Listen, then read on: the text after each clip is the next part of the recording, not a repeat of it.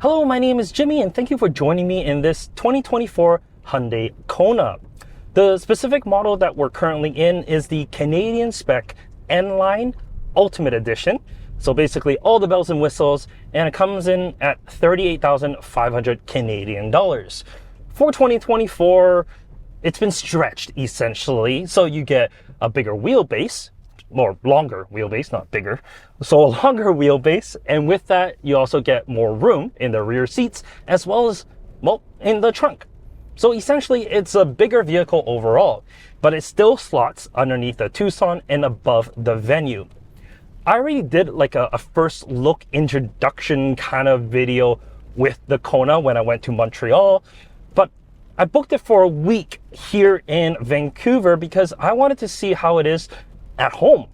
Because let's be honest, most of the vehicles I test is here at home. Here in Vancouver, well, our roads are different. The way that we handle, well, traffic is different. And because of that, well, I just wanted to see exactly what it's like here. And luckily for me, this week it decided to snow the one time in Vancouver. Not right now, it's just raining. But I was able to test out the all-wheel drive system and see how that worked. So let me tell you everything you need to know. So I guess I gotta start with the looks, don't I? For 2024, it's a far departure from the previous generation. You got this horizontal light bar on the front as well as on the rear. The sides kind of look the same as the previous, except it's a lot more edgy than before. Personally, you know what? I actually like kind of how spunky this exterior is. It reminds me a little bit of like the Kia Soul because it has that, well, Stormtrooper vibe on the front end. Obviously, this being red, it doesn't give off the same vibe as a white one would, but you know kind of what I'm saying. It's different. And I mean, some people's gonna love it. Some people's absolutely gonna hate this restyling and how like futuristic it looks. But for me, absolutely fine. If we open the trunk, it is a manually operated trunk, no power tailgate. For some people, they're gonna love that. For some, they're gonna be like, oh, what a hassle. Let's be honest. It's not that hard opening a tailgate. It might be if you have a few groceries in your hand, but we'll gloss over that for now. Trunk space is actually quite large. We do have 33% more trunk space than before. And that does make things a little bit more accommodating. You get grocery hooks on the side, and the load floor, you can put it down to a lower level to increase the overall capacity. Rear seats, plenty comfortable. For me, 5'11", headroom, legroom's not a problem. Thanks to the extra legroom back here, it's, well, a lot better than the previous generation Kona. It's a whole lot more spacious, let's be honest. And all that space comes into play when we're talking about child seats, as they generally are quite big and bulky. On the driver's side here, this is a Kleck Ling infant seat. This child seat here does fit on the driver's side. I had to move the driver's seat here just a smidge for me at 5'11". So you're like, if you're above 6 foot, it might not be the most comfortable for you.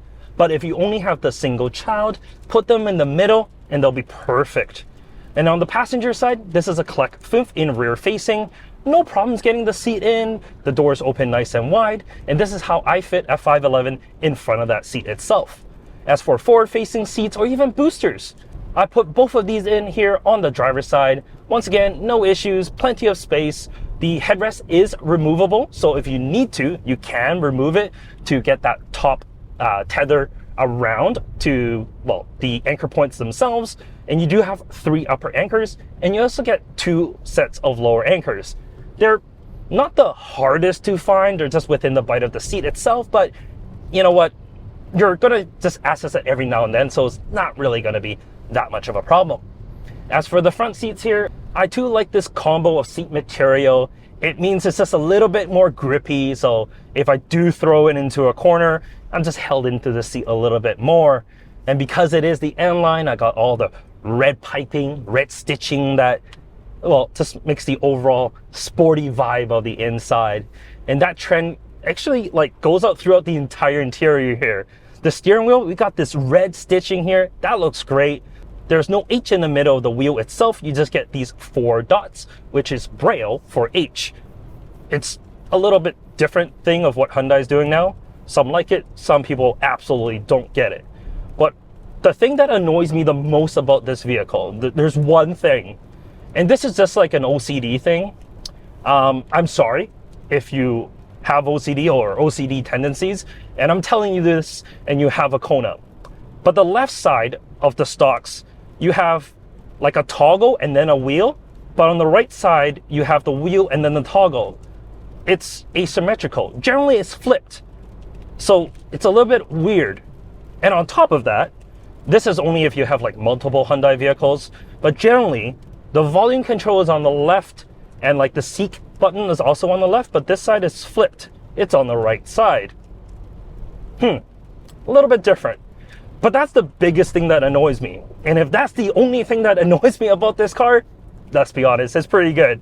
Behind, you get a really nice digital cluster here. It is customizable. There's different themes. There's different looks on it. You know what? It shows you everything that you really need. It looks decent. It's not as kind of glamorous as the previous generation, but this is definitely more clear than that. No heads-up display, none of that plexiglass stuff that you had with the previous generation. It's just fully clear, which honestly for me, I like it a lot more. As for the infotainment, on this top N-Line Ultimate, you do not get wireless CarPlay and Android Auto, at least not yet. But on a lower trim, you do. I asked the Hyundai engineers why, and they gave me a bunch of explanation, which I'm not going to repeat because I can't remember them. Just know that it doesn't have it, and if you get the regular N-Line, it does have it. It's crazy, whatever. But you do get a bunch of physical buttons right underneath to control all the media stuff that you need. The infotainment is running on the latest system, so it has like wireless over-the-air updates. There's the phone as a key option as well, so you don't need your actual key to unlock as well as to start the vehicle. You can use your phone for that. I didn't try that because this is on like a guest information system and a whole bunch of stuff, so I didn't mess around with that. I mean, the overall theme of the inside is actually really nice. I actually do like the red that goes right from the driver's side all the way to the passenger side here. And I also like this little cubby in front of the passenger as well.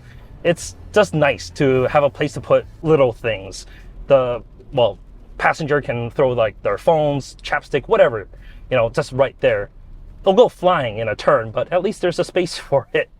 And speaking of space, this entire center console is a little different if you have the upper trims of the Kona here. So instead of like a regular cup holder, you have this flipped out cup holder.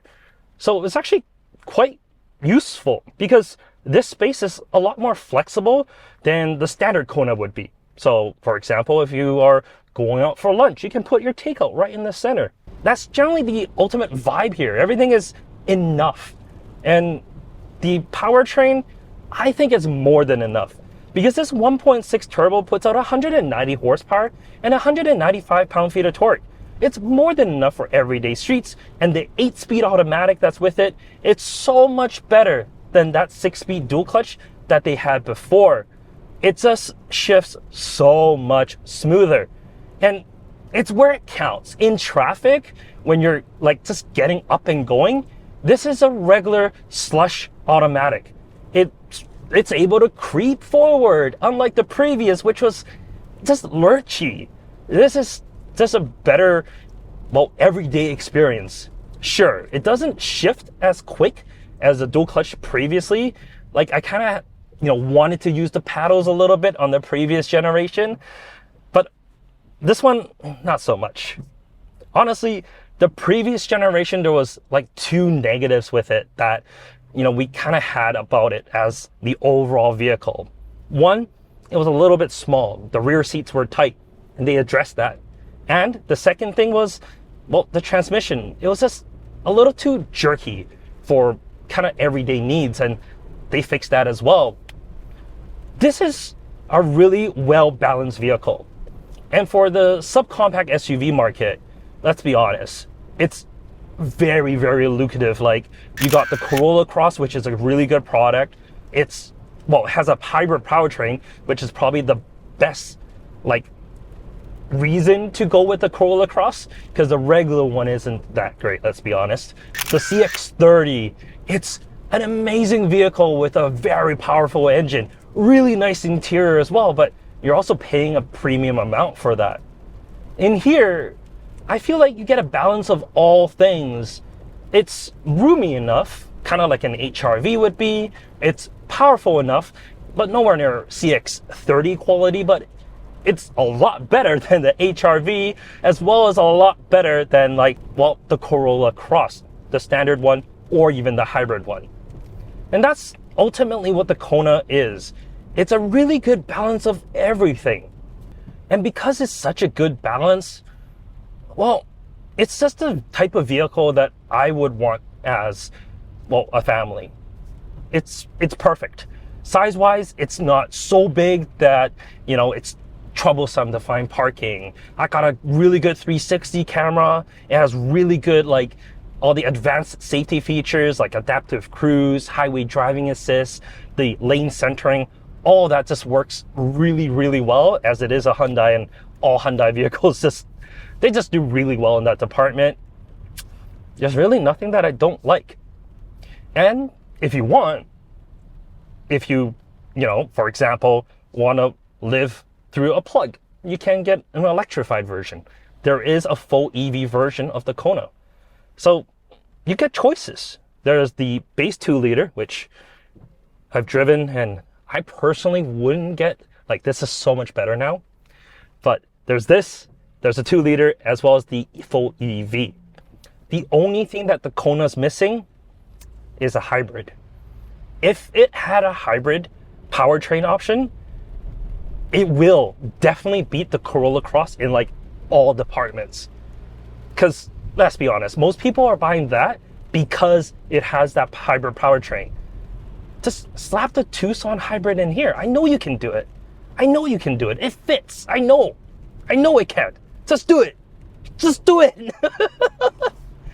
And with that, you get, well, naturally aspirated, turbo power, electrified, and hybrid. I mean, I personally wouldn't do the plug-in hybrid at this point. Really no need for that. Full EV, hybrid, good enough. In any case, that's a boot. My Canadian is coming in. That's about it. If there's any questions or anything like that, leave it in the comment section down below, and I'll catch you next time. Take care.